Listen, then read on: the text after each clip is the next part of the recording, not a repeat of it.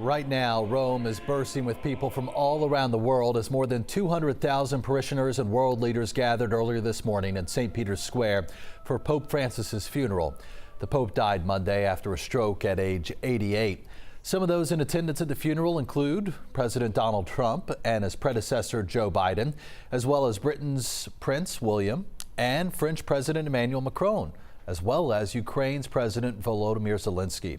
A spokesperson for President Zelensky confirms to NBC News that he and President Trump briefly met. In fact, you're seeing some brand new photos into our newsroom within the last 30 minutes here. They met at the Vatican, although no details about that meeting have been shared outside the fact it lasted about 15 minutes. And here's a live look now at Vatican City as mourners are slowly flowing out of St. Peter's Square after watching the Pope be carried away to his final resting place. The Pope will be buried inside St. Mary Major Basilica. It's about 3.5 miles away from St. Peter's Basilica, where the Pope preached and held Mass for the past decade, touching lives far beyond the Basilica's walls.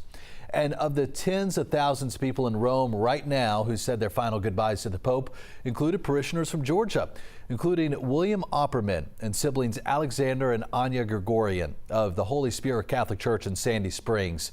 While they said, yes, it is a sorrowful experience, they said it's also one filled with faith and hope. I think it's kind of surreal just because the Pope is so close to, I would say, our modern generation. It's kind of, no one would expect this to happen. So it's kind of, I don't know, it's very spiritually exciting. They called it a privilege to pay their respects in person. They were originally in Rome for the canonization of the first millennial saint, but decided to extend their trip. Alex Lennertz also flew from Atlanta to Vatican City to wait 5 hours just to spend a few seconds inside the Basilica yesterday to honor the man he says brought compassion to the heart of the Catholic Church. Here's why he says this simple act meant so much to him. It's very holy, and seeing the body and just remembering everything that he stood for is very important. On Friday, we also caught up with Father Bob Hussey, who leads St. Thomas More Church in Decatur.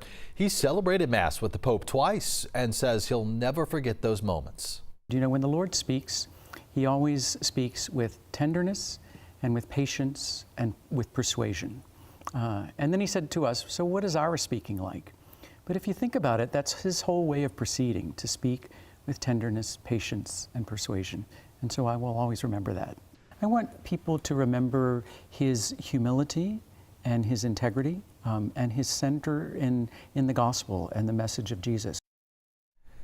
Yeah, he said he hopes people remember the Pope for his humility, his hope, and his heart for the people. We have so much more coverage on the Pope and how he's being remembered this morning by people here in the Metro right now on 11alive.com.